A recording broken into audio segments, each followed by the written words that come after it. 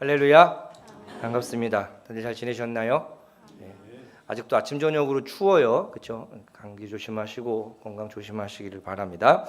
자, 오늘 말씀 한번 나눠보겠습니다. 제목 같이 한번 읽어보실까요? 제목입니다. 시작. 부르심에 합당한 자 되기. 다시 한번 읽겠습니다. 부르심에 합당한 자 되기. 아멘. 여러분, 우리는 부르심을 받은 자들이라고 성경에서 끊임없이 우리가 어떤 입장인지에 대해서 계속해서 이야기해주고 있습니다. 성경이 처음부터 끝까지 한결같은 이야기를 우리에게 제시해주고 있는 이유는 무엇일까요? 그것이 가장 중요한 것이고 그것을 항상 기억해야 하기 때문입니다. 내가 누군지 나를 기억하지 못하면 내가 어디에 있어도 내게 합당한 삶을 살아갈 수가 없습니다. 신자가 신자로서의 삶의 정체성을 자꾸 잊어버리고 망각해버리면 세상에서 빛과 소금의 역할을 감당할 수가 없듯이 말입니다. 그렇게 우리는 부르심을 받았어요. 그런데 누가 우리를 부르셨느냐 하면 하나님께서 우리를 부르셨습니다. 우리는 하나님께 부름을 받았습니다.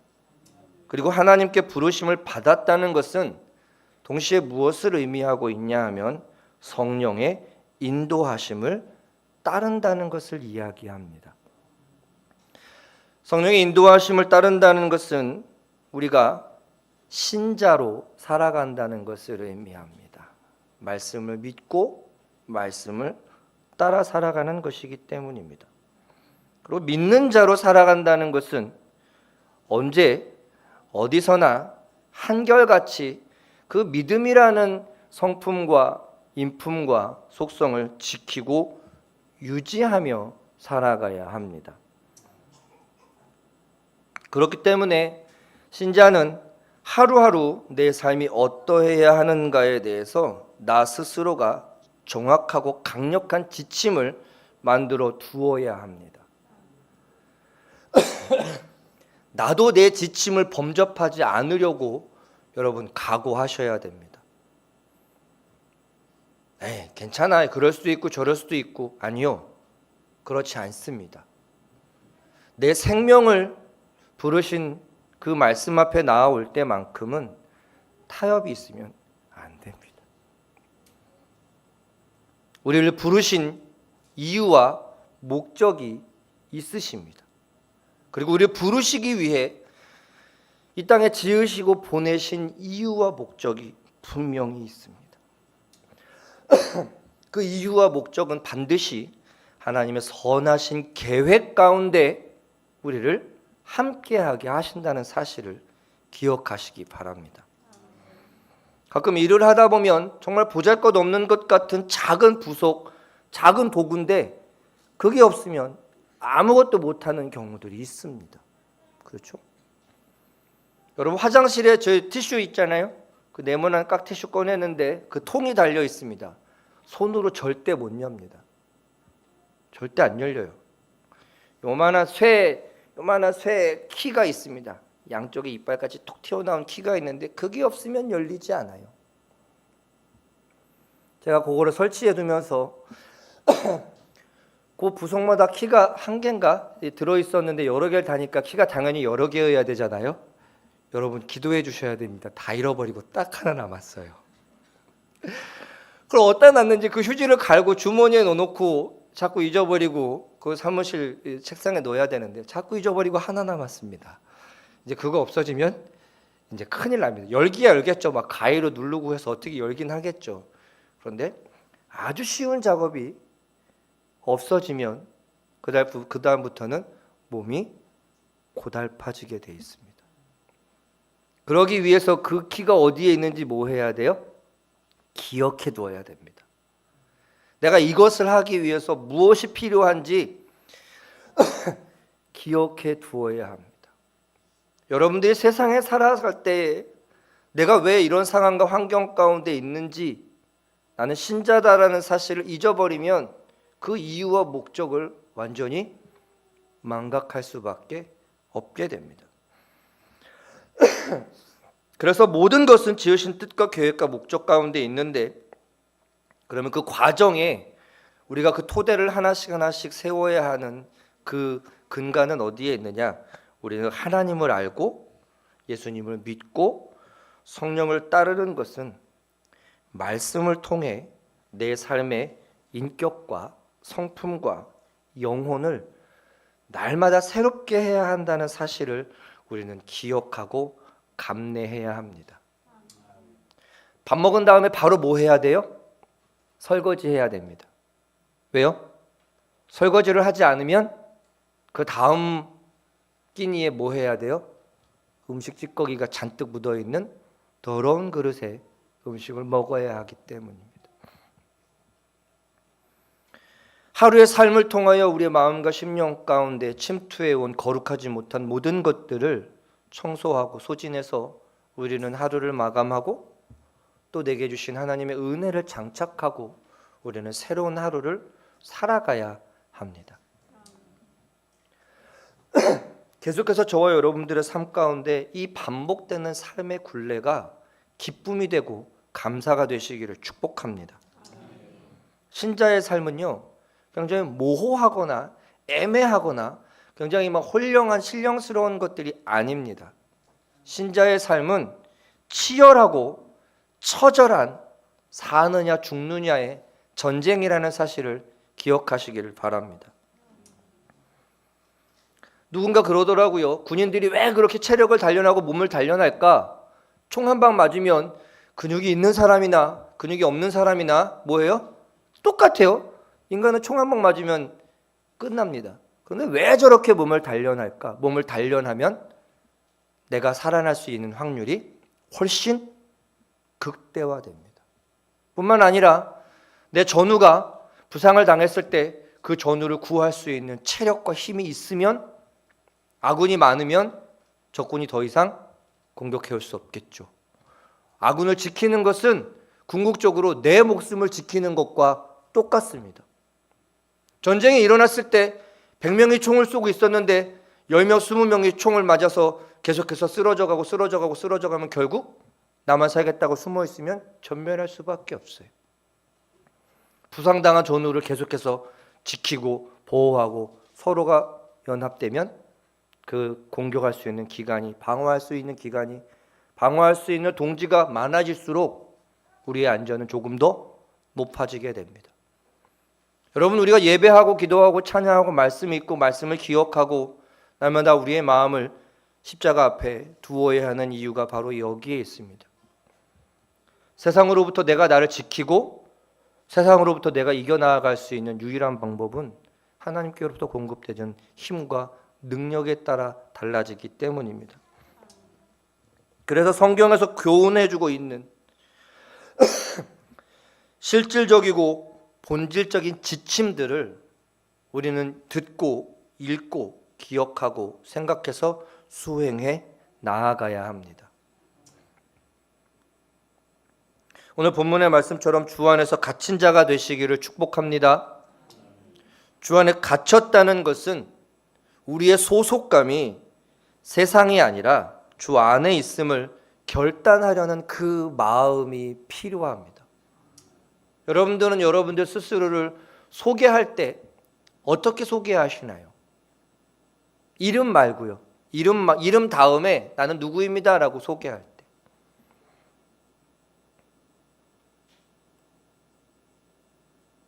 진지하게 생각해 보아야 할 문제가 아닌가 싶어요. 진지하게. 신자는 하나님의 부르심에 익숙해 있어야 하기 때문입니다. 사람이 무의식적으로 어떤 생각을 가지고 있느냐에 따라 그 반응하는 반응의 그 즉각적인 내용이 달라지게 됩니다. 저 여러분은 하나님의 부르심에, 하나님의 말씀에 세밀하게 반응할 수 있는 준비가 태세가 돼 있으시기를 축복합니다. 왜냐하면 우리는 세상 안에서 허우적대면 안 되기 때문입니다. 내 마음에 주어지는 마음, 말씀, 소리, 생각이 어디로부터 왔는지 분별해야 합니다. 세상을 신앙으로 압도하는 삶이 되시기를 축복합니다. 믿음이 내 하루를 이끌어가게 하는 그 레일이 되시기를 축복합니다. 기차는요, 저쪽으로 가고 싶어도 레일이 깔려 있지 않으면 갈 수가 없어요. 세상에서 아무리 우리를 유혹해도 나는 이미 갇힌 자이기 때문에 더 이상 세상으로 끌려가지 않을 수밖에 없는 그런 삶을 여러분들이 세워가시기를 축복합니다.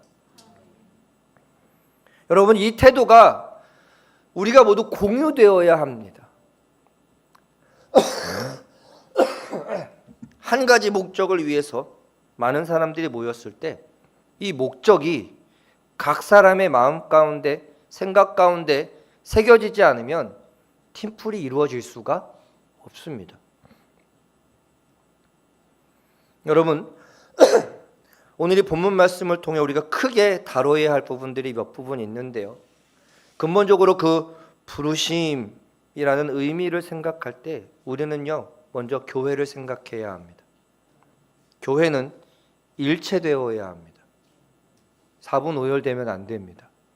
교회는 순결해야 합니다.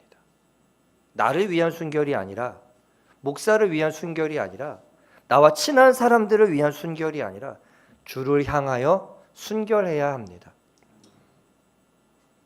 이 일체감과 순결됨이라는 두 원리가 양쪽 기둥이 돼서 견고하게 서지 않으면 그 어떤 신자도 하나님과의 그 깊은 진실된 관계로 나아갈 수가 없기 때문입니다.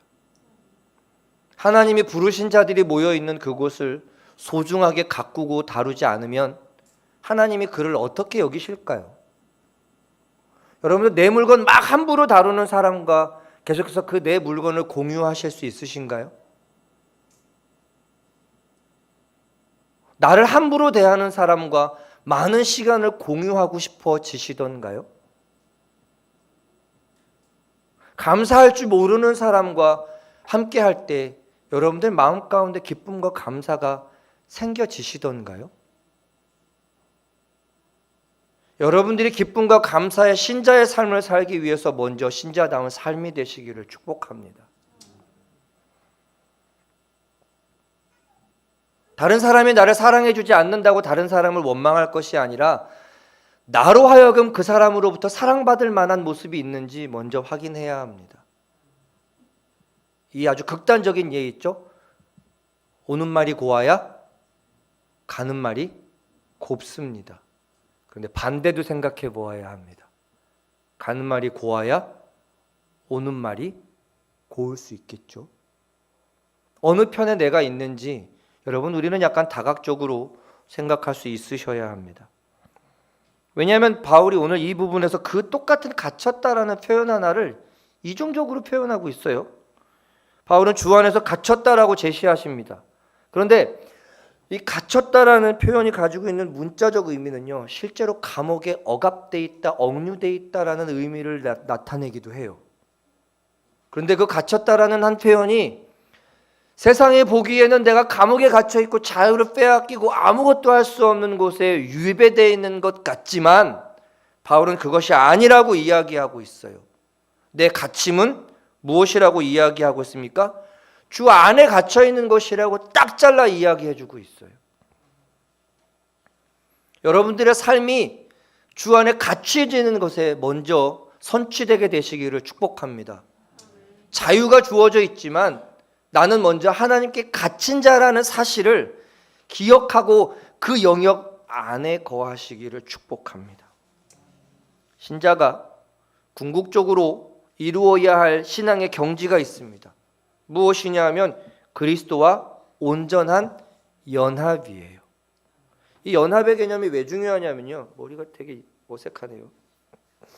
연합이라는 개념이 왜 중요하냐면 연합을 통해서 속죄와 구속이 같이 이루어지기 때문입니다. 내가 주와 하나 되었을 때, 예수님께서 십자가에 죽으실 때 내 죄가 그 죽으심과 함께 하나 되어서 십자가에서 나는 죽어요. 그리고 나는 주와 하나이기에 예수께서 부활하셨을 때 나도 뭐 하게 돼요? 그 부활의 은혜를 함께 누리게 됩니다. 여러 가지 설명의 내용들이 있고 다뤄야 될 부분들이 많지만 기본적으로는 이 원리가 그대로 적용됩니다. 주님 품에 갇힌 자 되시기를 축복합니다.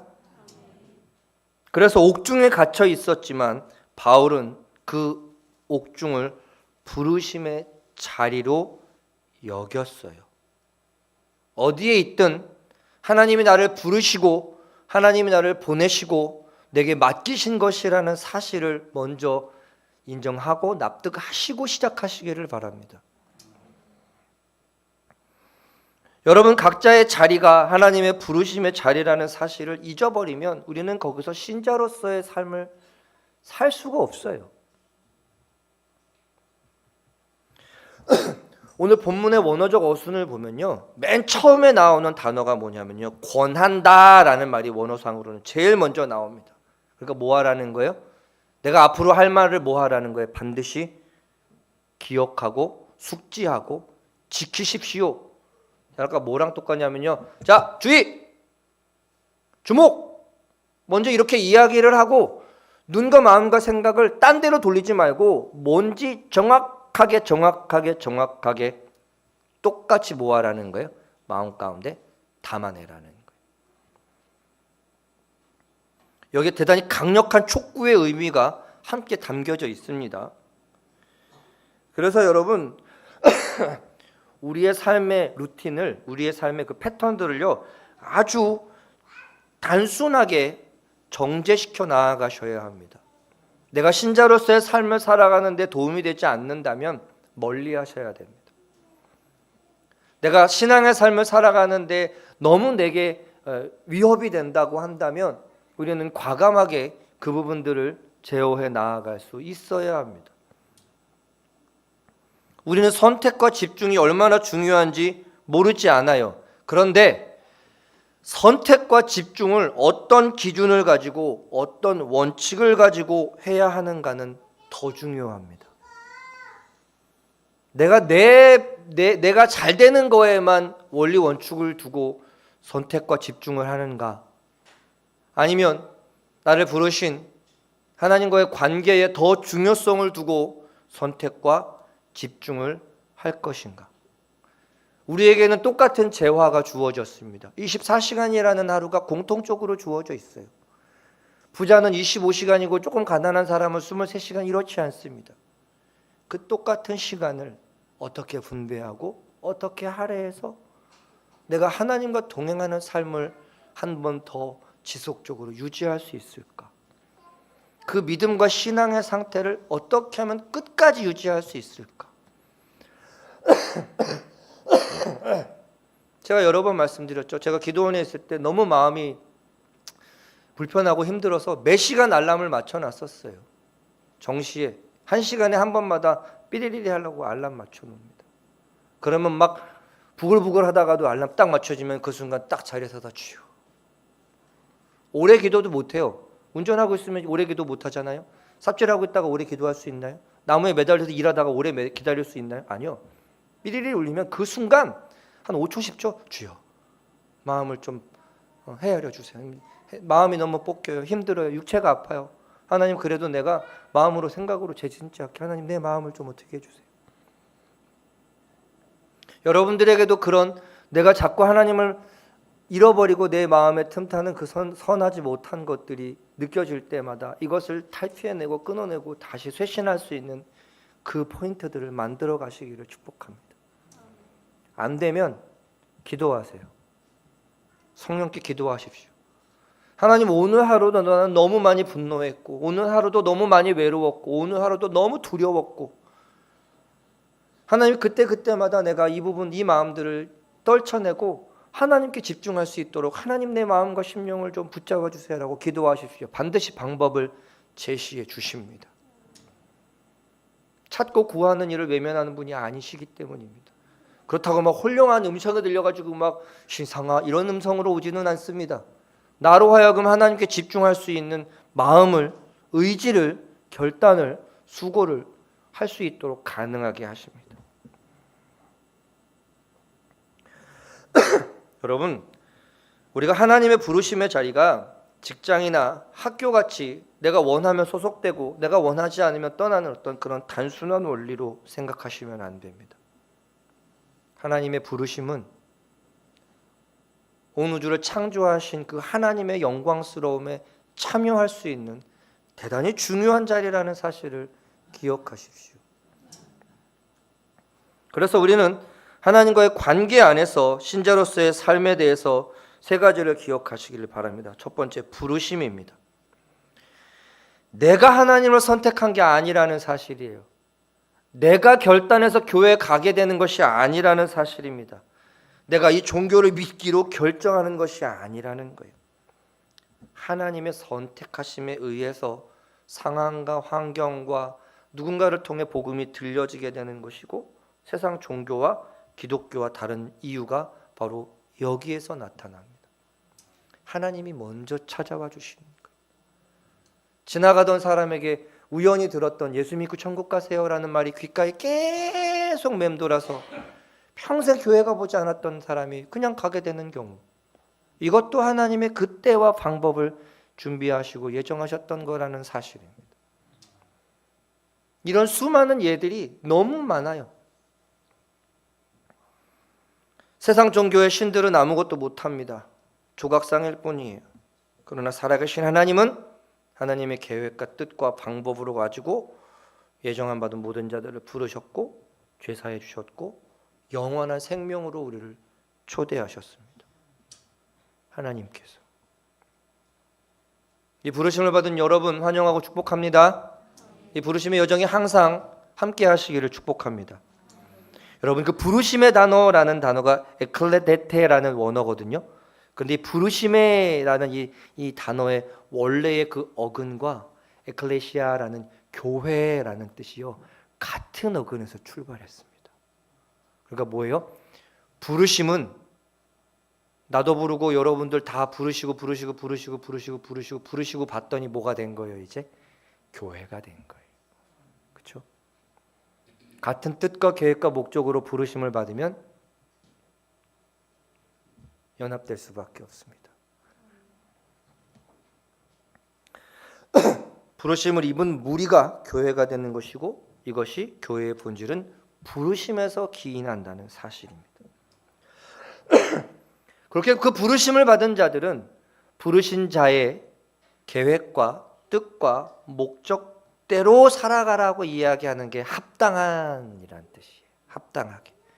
우리는 부르심을 받았는데 부르심을 받은 이유와 목적에 합당한 원리와 방식으로 살아가야 합니다.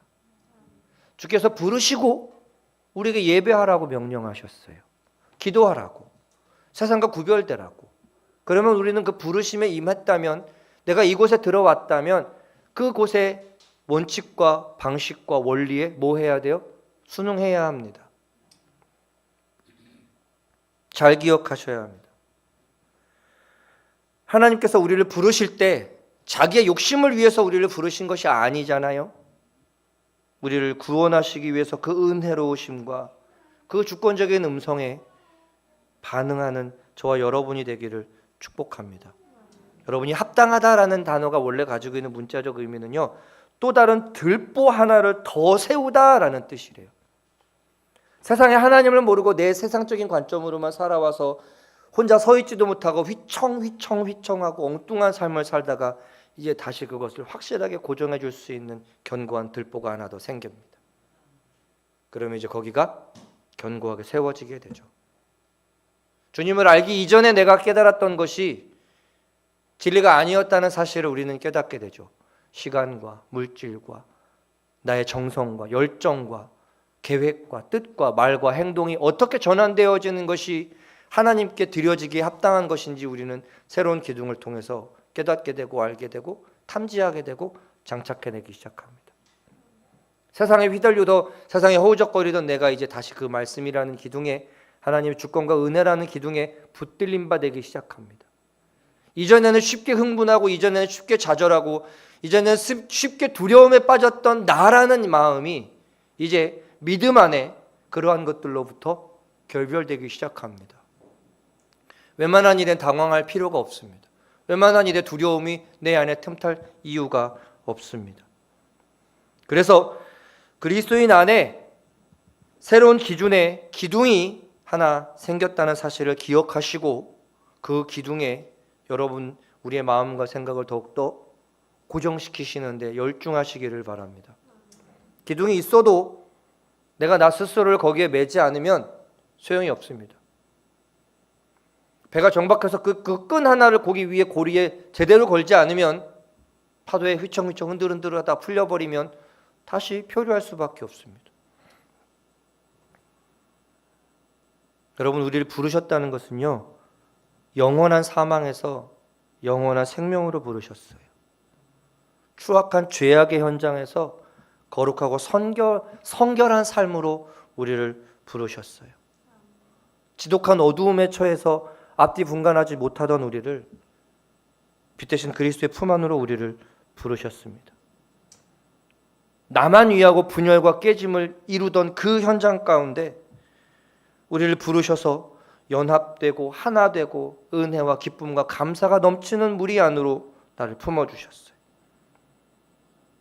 그에 걸맞는 삶이 되시기를 축복합니다.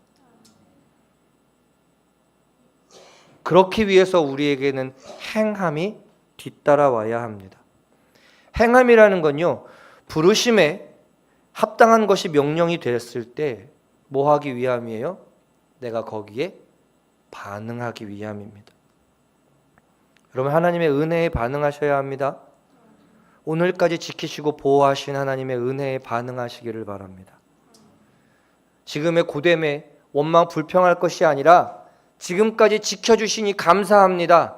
하나님 내 인생 앞에 있는 이 하찮은 것 같은 장애물 따위 내가 믿음으로 하나님의 뜻으로 내가 헌신하고 감내하겠습니다라고 결단할 수 있는 저와 여러분이 되기를 축복합니다. 세상 어디 내 마음대로 되는 일이 어디 하나 있던가요? 아니요. 나는 내 마음, 내 생각, 내 몸조 마음대로 못합니다. 인간은 정말 무능력한 존재라는 사실을 우리는 빨리 인정하는 것만큼 하나님께 내 삶을 맡겨드릴 수 있고 하나님께 내 삶을 맡겨드리는 것만큼 하나님의 선하신 손길이 내 인생 가운데 역사할 수 있도록 우리는 헌신할 수 있습니다.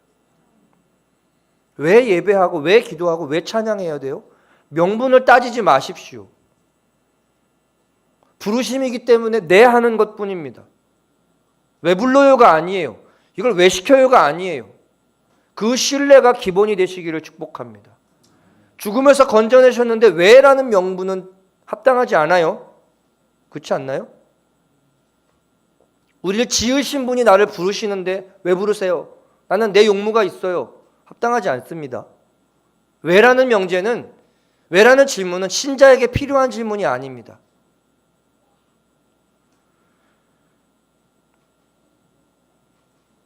우리를 부르신 이유와 목적, 거기에 합당한 삶을 살아가시기를 축복합니다. 우리가 들려진 것이 내 마음 가운데 자리 잡고 그것이 내 삶의 고백이 되고 그것이 나를 살아가게 하는 실천 행동 강령이 되고 그 삶을 통하여 하나님의 더 크고 놀라운 은혜와 긍휼이 함께 하시면 그곳에 믿음의 승리하는 삶이 나타날 수밖에 없습니다. 하나님의 뜻대로 따라가면 우리는 믿음의 승리의 삶을 만끽하게 됩니다. 그 과정이 험난하고 고되다고 해서 이것이 진리인가 아닌가 의심하지 마십시오. 세상에서는 진리가 있을 수 없습니다. 세상의 부귀영화가 내 영혼에 그 어떤 영향도 끼치지 못합니다. 내 영혼에 역사하시는 영원하신 하나님의 손길 앞에 저와 여러분들의 마음이 날마다 집중되게 되시기를 축복합니다. 이 땅에 썩어질 것, 이 땅에 100년도 못 갈 것을 위해서 이야기하는 게 아니에요. 세상의 관점으로 말씀 앞에 나아오면 이해할 수 없고 납득할 수밖에 없는 것입니다. 납득할 수 없어요. 세상의 영혼의 문제를 다루는 것이 그 어디라도 있던가요? 아니요, 없습니다. 결론적으로 하나님의 은혜를 입은 성도들로 하여금 예수 그리스도를 통하여 교회라는 한 곳으로 부르신 목적과 기준이 있다는 사실을 우리는 먼저 기억하고 시작해야 됩니다. 게임을 할 때 그 경기 룰을 알아야 그 경기에 임할 수 있습니다. 룰 모르고 들어가면 계속 반칙 퇴장당할 수밖에 없습니다. 성령과 일치되는, 그리스도와 연합되는 교회가 계속해서 세워질 수 있는 그 방법이 오늘 이 부르심에서 온다는 사실을 기억하셔야 됩니다. 여러분, 교회는요, 나의 요구를 충족시켜주는 것이 아니에요. 세상 공동체는, 직장은 내가 일을 하면 뭐를 해요? 일한 만큼 내가 나에게 필요한 월급을 받습니다. 뭐 동호회는 뭐 할 수 있어요? 거기에 참여하면 내가 하고 싶었던 재밌는 일들을, 즐기고 싶었던 것들을, 체험을 얻을 수 있습니다. 교회는 그런 곳이 아니에요. 병든 내가 온전함으로 재활되어지는 곳이라는 사실을 기억해야 됩니다. 내 죽었던 영혼이 깨어나게 되고, 내가 보지 못했던 세상의 아주 깊은 것들을 영적인 눈으로 통찰하게 되고, 세상의 삶의 원리가 하나님께서 내게 주시는 신앙과 믿음과 은혜의 원리라는 사실을 깨닫고 우리는 세상의 가치가 아니라 영적인 가치를 위해 살아갑니다.